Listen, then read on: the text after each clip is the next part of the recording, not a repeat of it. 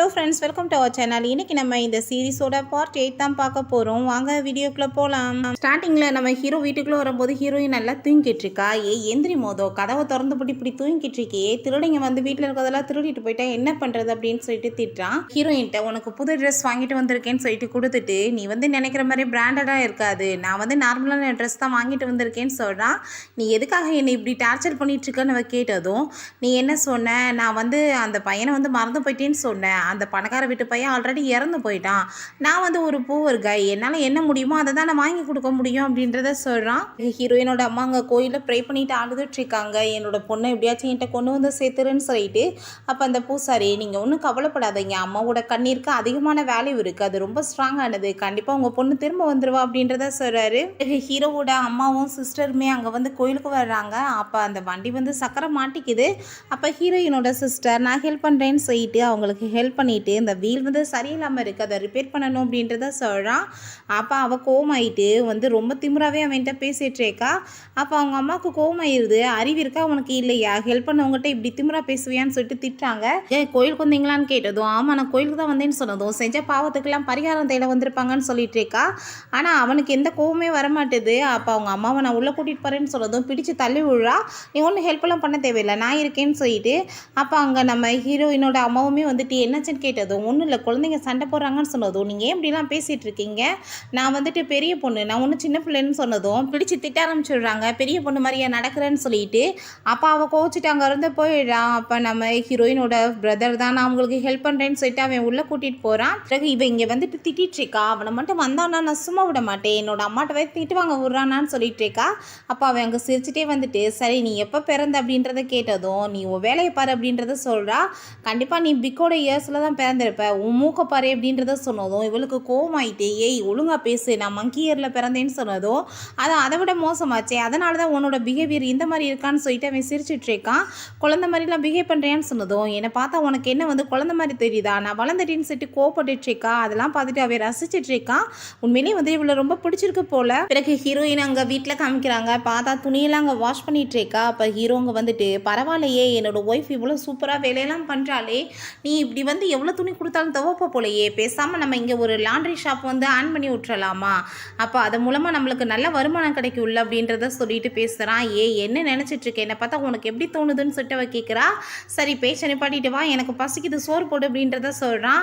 Heroine tension ஆகிட்டு அங்கே போய் சோறு வேற போட்டு வைக்கிறா. அப்போ பார்த்தா, நீ நான் அடுத்த தடவை சமைக்கும் போது கொஞ்சம் ரைஸ் அதிகமாக வந்துட்டு தண்ணி விட்டு பாரு, வேகவே இல்லை, வெஜிடபிள் வேகவே இல்லைன்னு சொல்லிட்டு திரும்ப குறையா பேசிகிட்டே இருக்கா. ஆனால் ஹீரோயின் அதுக்கு எதுவுமே பதிலே பேச மாட்டா. ஹீரோயினோட அப்பாவை மீட் பண்ணுறதுக்காக அங்கே பிரையோட அப்பா வந்திருக்காரு. அப்போ எதுக்காக நீங்கள் என்ன கூப்பிட்டீங்கன்னு சொன்னதும், இந்த கான்ட்ராக்டை வந்து நீங்கள் படித்து பாருங்கன்னு சொல்லிட்டு கொடுத்ததும், நான் எந்த கான்ட்ராக்டையும் படித்து பார்க்க விரும்பலை, பார்ட்னர்ஷிப்பே இல்லைன்றப்ப எப்படி நான் கான்ட்ராக்டை படிக்க முடியும்னு சொல்லிட்டு கேட்குறாரு. நீங்கள் கொடுத்த வாக்கை காப்பாற்றணும் அப்படின்றத சொன்னதும், உங்கள் பொண்ணு எங்களுக்கு பண்ண வேலைக்கு இந்த பேங்க் அங்கே எங்களை பார்த்து சிரிக்குது அப்படின்றத சொல்லிட்டு அவர் அங்கேருந்து கோமா கிளம்பிடுறாரு. அதுக்கப்புறம் நம்ம ஹீரோயின் அங்கே தூங்குறதுக்காக வெளியே போகிறா. அப்போ ஹீரோயே எங்கே போயிட்டுருக்கு அப்படின்றத கேட்குறான். வெளியே போகிறேன்னு சொன்னதும், ஒழுங்காக வந்து பக்கத்தில் படு அப்படின்றத சொல்கிறான். இப்போ ஹீரோயின் வேறு வேலையில்லாமல் போய் படுத்துக்கிறா. அப்போ இது தூங்குற டைம், ஹஸ்பண்டுக்கு வந்துட்டு ஒய்ஃப் வந்து கிஸ் கொடுக்கணும் அப்படின்றத சொன்னதும், இதை பற்றி நான் எங்கேயும் கேள்விப்பட்டது இல்லையே அப்படின்றத சொல்கிறா. நீ இப்போ கேள்விப்பட்டே இல்லை, கிஸ் கொடு அப்படின்றத சொல்கிறான். ஹீரோயின் கிஸ் கொடுத்ததும், சரி லிப்ஸில் கிஸ் கொடுதுன்னு சொன்னதும், நான் இப்போ ப்ரஷ் பண்ணலை அப்படின்றத சொல்லிடுறா. சரி ஓகே, நாளைக்கு நான் உனக்கு வந்து டூத் ப்ரஷ் வாங்கிட்டு வந்துடுறேன், அதுக்கப்புறம் பார்த்துக்கலாம். சரி உனக்கு எத்தனை பேபி வேணும்னு கேட்டதும், ஒழுங்காக வந்து பேசிக்க அப்படின்றத சொல்லிட்டு கோவப்படுறா.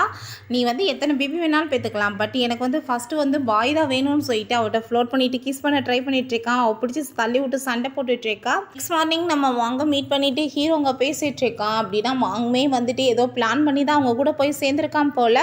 அதுக்கப்புறம் இந்த விஏ காமிக்கிறாங்க. நம்ம ஹீரோவோட சிஸ்டர்கிட்ட சில ஃபைல்ஸ் எல்லாம் வந்து கேட்குறான். அந்த பொண்ணுமே இடியட் மாதிரி அவன் சொல்கிற எல்லாத்தையுமே வந்து கேட்டுட்டு இருக்கா அவன் மேலே இருக்க பாசத்தினால.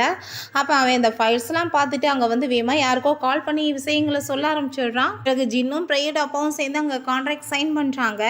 இனிமேல் இந்த பிஸ்னஸில் நம்ம தான் கொடி கட்டி பழக்க போகிறோம் இந்த பேங்க்கில். அந்த 2 கம்பெனியுமே டோட்டலாக வந்து ஒன்றும் இல்லாமல் போச்சு அப்படின்றத சொல்லிட்டு இந்த ஆளுக்கு வந்துட்டு ரொம்ப ஹாப்பியாக இருக்குது. அவங்க மாங்க அதை எல்லாத்தையுமே நின்று ரொம்ப கூர்மையாக கவனிச்சுட்டு தான் இருக்கான். பிறகு ஹீரோயின் வாசலில் ஏதோ ஒரு போர்டை எழுதி போட்டு வச்சுட்டு இருக்கா. அப்போ அங்கே அந்த சிங்கர் வந்துட்டு என்ன உங்களுக்கு ஞாபகம் இருக்கா அப்படின்றத கேட்டதும், ஹீரோயின் ஆமாம் எனக்கு இருக்குது அப்படின்றத சொல்கிறா. நான் இப்போ உங்களை வந்துட்டு பார்க்க வந்ததுக்கு ரீசன் உங்கள் ஹஸ்பண்ட் தான், அவர் எங்கன்னு கேட்டதும், அவர் வந்துட்டு என்கிட்ட எங்கே போகிறாலும் போகலான்னு சொல்லிட்டு போலையே அப்படின்றத சொல்கிறா. ஓ சொல்லிட்டு போலையா, நான் அவனுக்காக தான் இவ்வளோ வந்து ரொம்ப சூப்பரான சாப்பாடெலாம் சமைச்சு விட்டு வந்திருக்கேன்னு சொல்லிட்டு அவனுக்கும் அவளுக்கும் ஏதோ தொடர்பு இருக்கிற மாதிரியே வந்து ப்ரிட்டெண்ட் பண்ணிவிட்டு அங்கே அவர்கிட்ட பேசிகிட்டு இருக்கா. சரி எனக்கு இப்போ வந்து டைம் ஆயிடுச்சு, நீங்கள் வந்தால் சாப்பாடு கொடுத்துருங்க அப்படின்றத சொல்லிட்டு அங்கே போயிடுறா. இவளுக்கு ரொம்பவே ஜெலஸ் ஆகிட்டுருக்கு.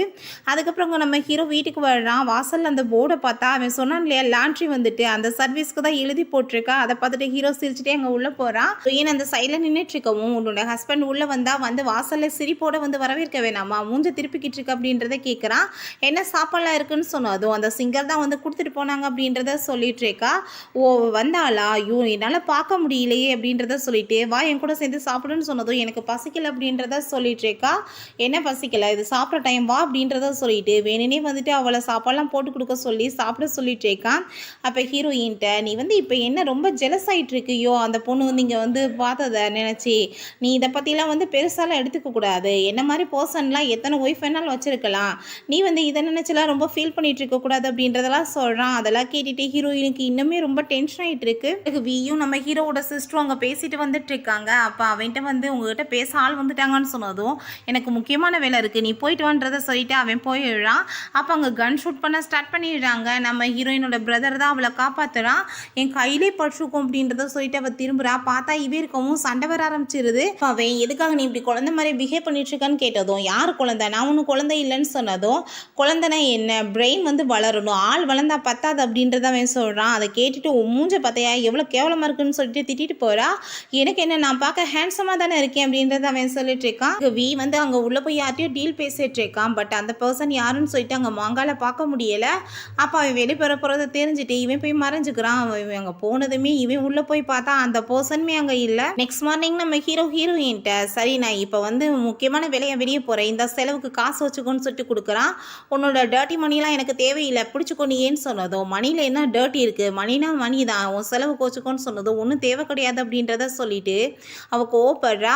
அப்போ ஹீரோ நீ ஏன் கோவப்பட்டுட்ருக்க, நான் இப்போ கிளம்பிட்டேன், சரி எனக்கு ஒரு கிஸ் கொடுன்னு சொன்னதும் அவள் ரொம்ப டென்ஷன் ஆக ஆரம்பிச்சிடுறா.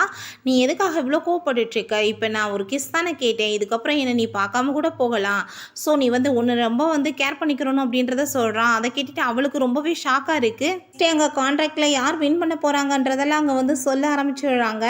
அப்போ நம்ம ஹீரோட கம்பெனி, அங்கே நம்ம ஹீரோயினோட கம்பெனி, இந்த சொட்டமண்டையோட கம்பெனி எல்லாமே அங்கே இருந்துட்டு இருக்காங்க. அப்போ அந்த ஆள் ரொம்ப ஹாப்பி ஆகிட்டு நம்ம தான் வின் பண்ணுவோம்னு சொல்லிட்டு இருக்காரு. அங்கே ஒவ்வொரு அனௌன்ஸ்மெண்ட்டாக வந்துட்டு இருக்கு. அங்கே ரொம்பவே அந்த ஆள் ஹாப்பியாக இருந்துட்டு இருக்காரு. கண்டிப்பாக நம்மளுக்கு தான் அது கிடைச்சிரும் அப்படின்றத சொல்லிட்டு அதுக்கப்புறம் ஃபைனலாக டோட்டல் அமௌண்ட் யார் வந்து அதிகமாக வந்து பண்ணியிருக்காங்க தெரியுமா அப்படின்றத சொல்லிட்டு நம்ம ஹீரோவோட கம்பெனி வின் பண்ணதாக அறிவிச்சிடுறாங்க. அந்த ஆளுக்கு அதை கேட்டதுமே ரொம்ப டென்ஷன் ஆகிட்டு இதை நான் ஒத்துக்க மாட்டேன், அவங்க கம்பெனியோட நெஸ்ட் எல்லாமே வந்துட்டு ரொம்ப குவாலிட்டி இல்லாமல் இருக்குது, அதுக்கு என்கிட்ட எவிடன்ஸுமே இருக்குன்னு சொல்லிட்டு அதை அங்கே கொண்டு போய் கொடுக்குறாரு. இந்த ஏழை விடுறவர் இப்போ வந்து நீங்கள் உங்கள் சைடில் வந்து குற்றம் சாட்டியிருக்காங்க, ஸோ அதை வந்துட்டு நீங்கள் ப்ரூவ் பண்ணணும், இல்லைனா இந்த கான்ட்ராக்ட் உங்கள் கையை விட்டு போயிடும் அப்படின்றத சொன்னதும் அவரால் அந்த டயத்தில் போய் என்ன பண்ண முடியும், ரொம்ப கவலையோடு அங்கே இருந்துட்டுருக்காரு. அப்போ இது வந்து பிவி தாய்லாந்துன்ற ஒரு குரூப் வந்து வின் பண்ணிட்டாங்கன்னு அறிவிச்சிடுறாங்க. அதை கேட்டுட்டு அந்த ஆளுக்கு இன்னுமே டென்ஷனாகி போயிடுது. அது யாருடா புதுசா அப்படின்றத சொல்லிட்டு பார்த்துட்டு இருக்கும்போது பார்த்தா நம்ம ஹீரோ தான் அங்கே உள்ளே என்ட்ரி ஆகுறான். அவனை அங்கே பார்த்ததுமே அங்கே எல்லாருக்குமே ரொம்ப ஷாக்காக இருக்குது. மெயினாக வந்து அந்த வீக் வந்துட்டு தலையில் இடி விழுந்த மாதிரியே ஆயிடுது. பிறகு வீட்டில் அவங்க அம்மாவை வந்து நடக்க வைக்க ட்ரை பண்ணிட்டு இருக்கான். அப்போ அவங்க சிஸ்டர் உனக்கு ஒரு விஷயம் தெரியுமா, வெளியே யார் வந்துட்டு இருக்காங்க தெரியுமான்னு சொல்லிட்டு இருக்கும்போது நம்ம ஹீரோங்க வந்துடுறான். அப்போ அவங்க அம்மா அவனை பார்த்துட்டு ரொம்பவே ஷாக் ஆகிடுறாங்க. அப்போ மெதுவாக அவனை வந்து எந்திரிச்சு வர்றாங்க பக்கத்தில் ஹக் பண்ணுறதுக்காக. அவனுக்கு ரொம்ப அழுகு வர ஆரம்பிச்சிருது. அவங்க அம்மா நடக்கிறத பார்த்துட்டு ரெண்டு பேருமே ரொம்ப நாள் கழிச்சு பார்த்துக்கிட்ட வாசி ரொம்ப ஹாப்பி ஆகிட்டு ஹக் பண்ணிட்டு அழுக ஆரம்பிச்சிடுறாங்க. ஹீரோயினை மீட் பண்ணிடலான்னு சொல்லிட்டு கிளம்பி போயிட்டுருக்கான். அப்போ அவங்க சிஸ்டர் நீ எங்கே போயிட்டுருக்க, இப்படிலாம் போகாத, இத்தனை நாள் கழிச்சு நீ வந்திருக்க, எங்கள் கூட சேர்ந்து நீ சாப்பிடாம எங்கேயும் போகக்கூடாது அப்படின்றத சொல்கிறா. நம்ம ஹீரோயினை பார்த்தா நைட் அங்கே சாப்பிடாம சமையல்லாம் பண்ணி வச்சுட்டு நம்ம ஹீரோக்காக தான் அங்கே வெயிட் பண்ணிகிட்டே இருக்கா. நெக்ஸ்ட் டே அந்த ஏழை விடுற இடத்துல காமிக்கிறாங்க. அப்போ திரும்ப அந்த வழக்க மண்டை வந்து திரும்ப எல்லாத்தையுமே ப்ராப்ளம் பண்ணிட்டுருக்காரு. இந்த கம்பெனியை பற்றி யாருக்குமே எதுவுமே தெரியாதுன்றப்ப நம்ம எப்படி இந்த கம்பெனியை போய் நம்ப முடியும் அப்படின்றதெல்லாம் சொல்லிட்டு இருந்தாலும் கேட்குறாரு. அது எங்களோட புது கம்பெனி தான் அவங்க சொல்லிட்டு இருக்காங்க, அதுக்கான எல்லா எவிடன்ஸுமே எங்ககிட்ட இருக்குதுன்னு சொன்னதும் நீங்கள் ஹானஸ்ட்டாக வந்து ஒர்க்கே பண்ணுறது கிடையாது, உங்களோட திங்ஸ் எல்லாமே வந்துட்டு குவாலிட்டி இல்லாமல் தான் இருக்குன்னு சொல்லிட்டு தேவையில்லாமல் வந்தால் நிறைய வந்து பேசி சண்டை போட ஆரம்பிச்சுடுறாரு. அதுக்கப்புறம் இவங்களோட அந்த ஃப்ராடு வேலையை பற்றி நம்ம ஹீரோயினோட அப்பாக்குமே தெரியுன்ற விஷயத்தையுமே சொல்கிறாரு. அதை கேட்டுட்டு அவர் நீங்கள் வந்து தப்பாக சொல்லிட்டு இருக்கீங்க, எனக்கு எல்லா விஷயமே தெரியும், அன்றைக்கி அவன் மட்டும் என்னை வார்ன் பண்ணலைன்னா கண்டிப்பாக வந்து என்னோட எல்லா திங்ஸுமே எரிஞ்சு போயிருக்கும், போயிருக்கும். ஸோ நாங்கள் ஆல்ரெடி வந்துட்டு எல்லாத்தையுமே எடுத்து வச்சிட்டோம், வெறும் பெட்டியை தான் அவங்க எரிச்சு விட்டு போயிருக்காங்க அப்படின்றத சொல்கிறாங்க. ஹீரோ அவரோட திருடு போனப்ப எங்களோட நெஸ்ட்டுமே தான் திருடி போச்சு. ஸோ இதை நாங்கள் யார் மேலே பழைய போகிறதுன்னு சொன்னதும் நீங்கள் பொய்யெல்லாம் பேசாதீங்க, அப்படிலாம் எதுவுமே நடக்கலைன்னு சொல்லிட்டு அந்த ஜின் திரும்ப அங்கே தேவையில்லாத பேச்செல்லாம் பேசிகிட்டு இருக்காரு.